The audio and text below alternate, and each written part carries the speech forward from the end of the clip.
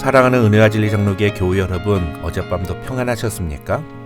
오늘도 우리를 택하신 하나님의 은혜와 사랑을 기억하며 십자가의 능력을 체험하는 하루가 되시기를 주님의 이름으로 축원합니다. 오늘 새벽에 만나 본문은 민수기 18장입니다. 그 중에 21절부터 32절을 제가 읽어드리겠습니다.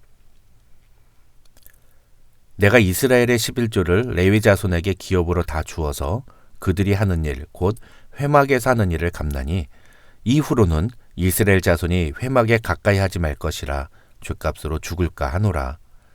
그러나 레위인은 회막에서 봉사하며 자기들의 죄를 담당할 것이요 이스라엘 자손 중에는 기업이 없을 것이니 이는 너희 대대의 영원한 율례라.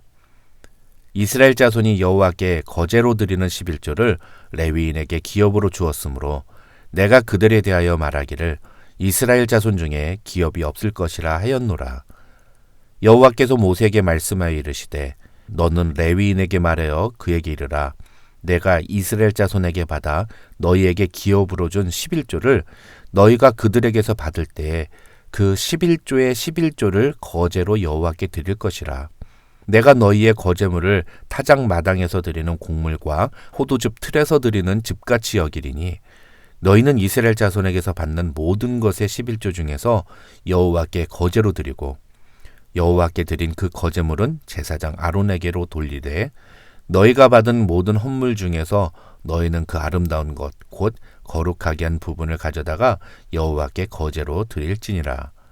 이러므로 너는 그들에게 이르라. 너희가 그 중에서 아름다운 것을 가져다가 드리고 남은 것은 너희 레위인에게는 타작마당의 소출과 포도즙 틀의 소출같이 되리니 너희와 너희의 권석이 어디서든지 이것을 먹을 수 있음은 이는 회막에서 일한 너희의 보수임이니라. 너희가 그중 아름다운 것을 받들어 드린즉 이로 말미암아 죄를 담당하지 아니할 것이라. 너희는 이스라엘 자손의 성물을 더럽히지 말라. 그리하여야 죽지 아니하리라. 어제 말씀드린 것처럼 오늘 본문은 16장에서 벌어진 사건에 대한 후속 조치로 하나님께서 모세를 통하여 이스라엘 백성들에게 말씀하신 내용이 담겨 있습니다. 오늘 본문은 크게 두 부분으로 구분이 되는데요. 1절부터 20절에는 대제사장 및 제사장들의 직임과 그들에게 주어지는 특권이 기록되어 있고 21절부터 32절에는 레위인에게 주어진 특권과 그들이 지켜야 할 의무에 대한 내용이 기록되어 있습니다. 먼저 1절부터 20절에는 대제사장과 제사장 그리고 그들을 돕는 레위인의 직무와 그들에게 주어지는 특권이 무엇인지에 대한 내용이 기록되어 있습니다. 가장 먼저 하나님은 아론에게 아론과 그 아들들이 성소와 제사장의 직분에 대한 죄를 담당할 것이라고 말씀하십니다. 여기서 성소에 대한 죄란 성막에서 제사장들과 함께 봉사하는 레위인들이 성소에 출입하거나 성소의 기구와 제단에 접근하는 것을 의미합니다. 다시 말해서 레위인들이 성소의 기구와 제단에 접근하거나 그리로 들어오는 것을 제사장이 막아야 한다는 것입니다. 만약에 그것을 막지 못하면 그것은 제사장이 책임을 지게 된다는 뜻입니다. 반면에 제사장의 직분에 대한 죄란 제사장으로서 감당해야 할 역할과 책임을 다하지 않거나 그 과정에서 규례를 위반하는 것을 의미합니다. 다시 말해서 제사장도 하나님이 정해주신 법도와 규례를 따라서 그 직분을 감당해야 한다는 것입니다. 하나님은 제사장이 이러한 자신의 직분을 감당할 수 있게 하기 위해서 제사장의 가문과 친척인 레위 지파가 제사장과 함께 성막에서 일을 하면서 제사장을 돕게 하셨습니다. 그래서 레위 지파의 직무는 제사장을 돕는 것이 됩니다. 하나님이 이런 내용을 다시 정확하게 지시하신 이유는 바로 고라의 반역 때문이라고 할 수 있습니다. 성소와 제단을 섬기는 직분은 오직 제사장에게만 주어진 것이었고 고라는 바로 이것을 어김으로써 하나님의 심판을 받게 된 것이었습니다. 그래서 하나님은 제사장과 레위 지파가 각각 자신의 역할과 직분에 충실함으로 하나님의 진노를 피하라고 5절에서 말씀하십니다. 그런데 6절과 7절을 보시면 하나님은 이렇게 제사장과 레위인에게 주신 직분을 선물이라고 표현하십니다. 이것은 먼저 제사장의 직분이 인간의 어떤 자격이나 조건에 의해 주어진 것이 아니라 전적으로 하나님의 주권적인 선택과 그분의 의지에 의해서 결정된 내용이라는 것입니다. 이것은 오늘날에도 마찬가지입니다. 하나님이 우리 성도들에게 교회를 섬기도록 직분을 맡겨주시는 것은 무거운 짐이나 거추장스러운 책임을 얻기 위해 얻는 것이 아니라 하나님께서 선물을 주시는 것이라고 볼 수 있다는 것입니다. 어떻게 그렇게 말을 할 수가 있습니까? 내가 이 직분을 감당할 아무런 자격도 없고 조건도 안 되고 능력도 부족한데 하나님이 나에게 이런 직분을 맡기셨다고 생각하면 이 직분은 하나님이 나에게 주신 선물이 됩니다. 왜 그렇습니까? 하나님을 섬기는 일은 아무나 할 수 있는 일이 아니기 때문입니다. 그것은 오직 하나님이 부르시고 하나님이 선택하신 자들에게만 주어지는 특권이기 때문입니다. 그런데 많은 사람들이 하나님을 섬기는 일을 가리켜서 헌신이라고 말합니다.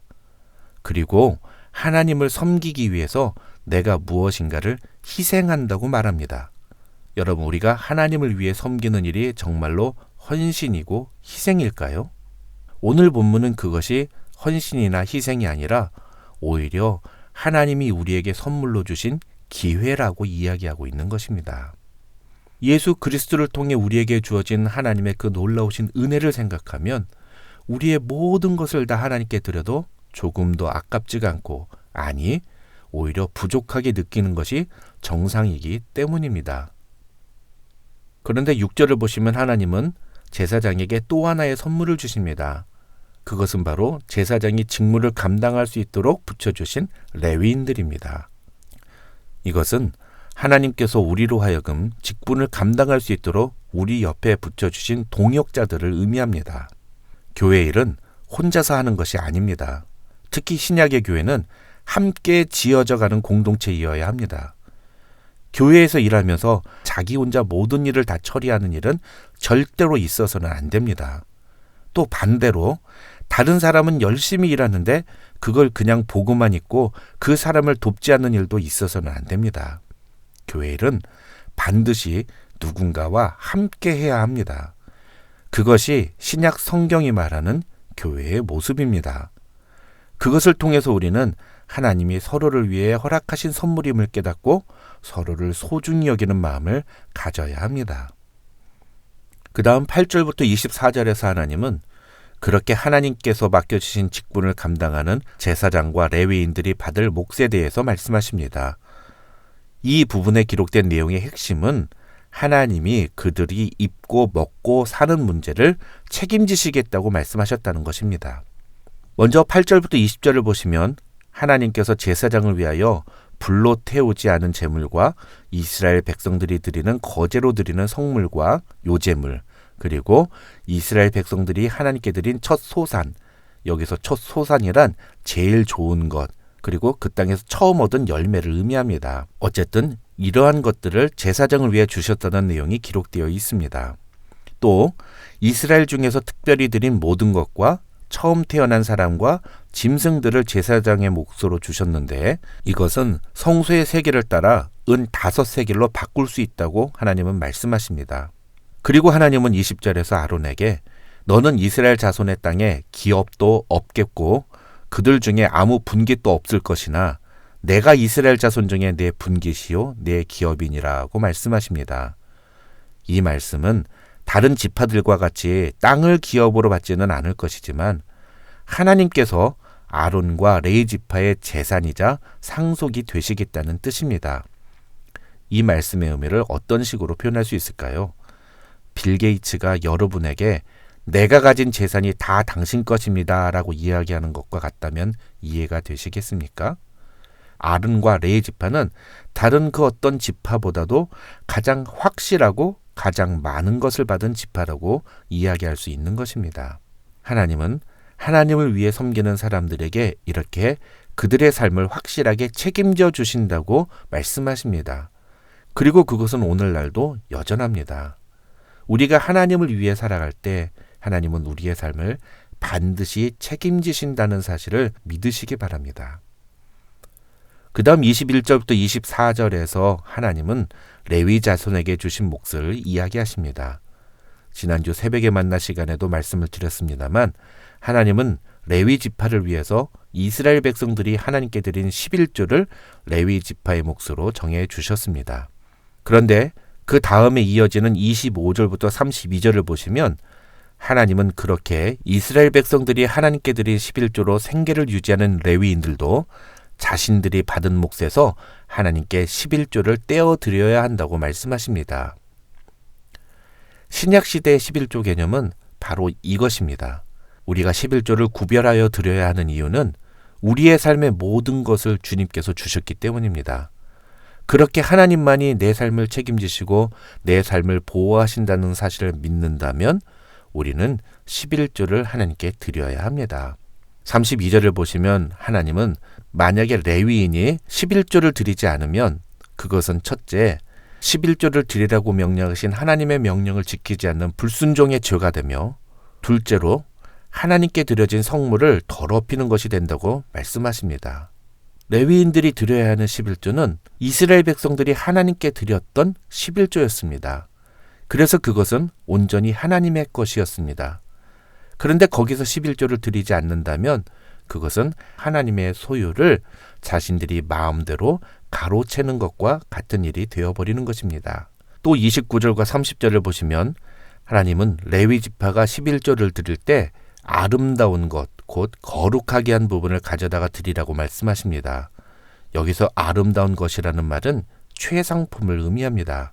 말라기에서 하나님이 이스라엘 백성들을 책망하신 이유가 무엇입니까?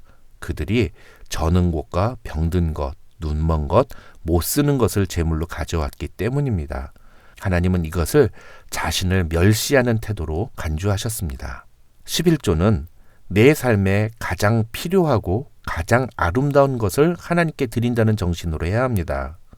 11조는 하나님이 내 삶을 책임지신다는 사실을 인정하는가, 그리고 하나님을 가장 귀한 분으로 인정하는가를 보여주는 지표이기 때문입니다. 하나님께서 이스라엘 백성들뿐만 아니라 레위인과 제사장들에게도 11조를 말씀하신 이유를 우리는 기억할 필요가 있습니다.